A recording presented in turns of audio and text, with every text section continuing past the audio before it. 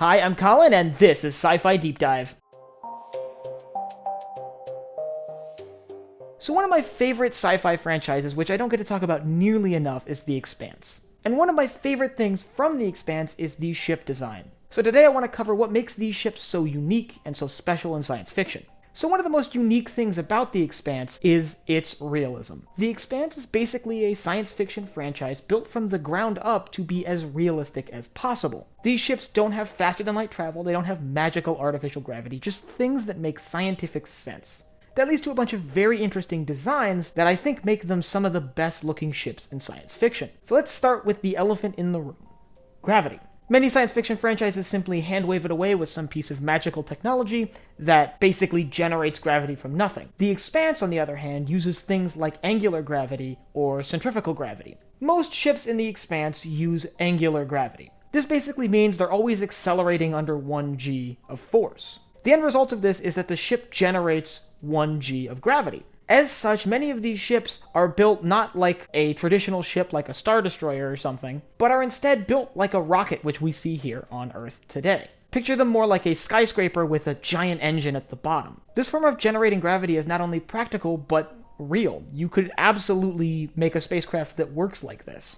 And I think it contributes very well to the design. It means that many of the ships featured in The Expanse have big, beefy engines on the back of them. The other notable way that The Expanse handles spacecraft in a very realistic way is in combat. Because what good science fiction franchise doesn't have at least some space combat? The Expanse envisions space combat very different from what we see in other franchises. The Expanse fully embraces the fact that space is very large, and even today, when we're not fighting in space, combat tends to happen at ridiculous ranges. So naturally, that carries over to The Expanse. We see ships using weapons like torpedoes, which are capable of striking targets thousands of kilometers away.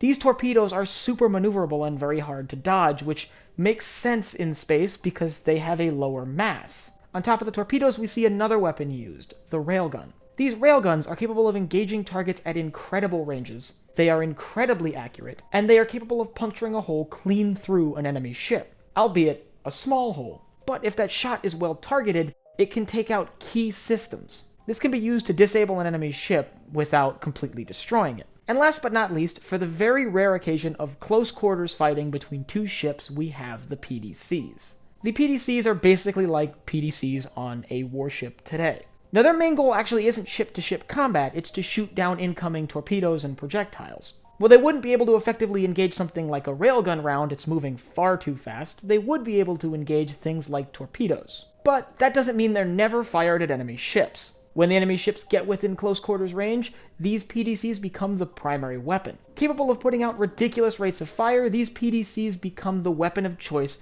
within maybe a few kilometers. Now, we don't normally see engagements using things like PDCs because, as I mentioned before, The Expanse fully embraces the fact that space is very big. As such, much of the ship-to-ship combat we see on screen in the TV show is generally with things like torpedoes and maybe railguns. The necessities of the placement of these weapon systems and the functionality of these weapon systems also contribute to the general shape of many of the ships we see in the show. So in between the realistic artificial gravity and the realistic weapon systems, these ships are unlike anything else we see anywhere else in science fiction. If you want to know more about The Expanse in general, I actually did a video months ago covering what you need to know to get into The Expanse, and I'll leave a link up in one of the corners. And tell me down in the comments what you think about the ships from The Expanse. Do you like the realistic take on space combat? Let me know what you think. And if you enjoyed what you saw here today, or just want more sci-fi discussions, head down below, hit the like button, the subscribe button, and the bell icon so you get notified when I upload new videos. So for Sci-Fi Deep Dive, I'm Colin, and I will see you next time.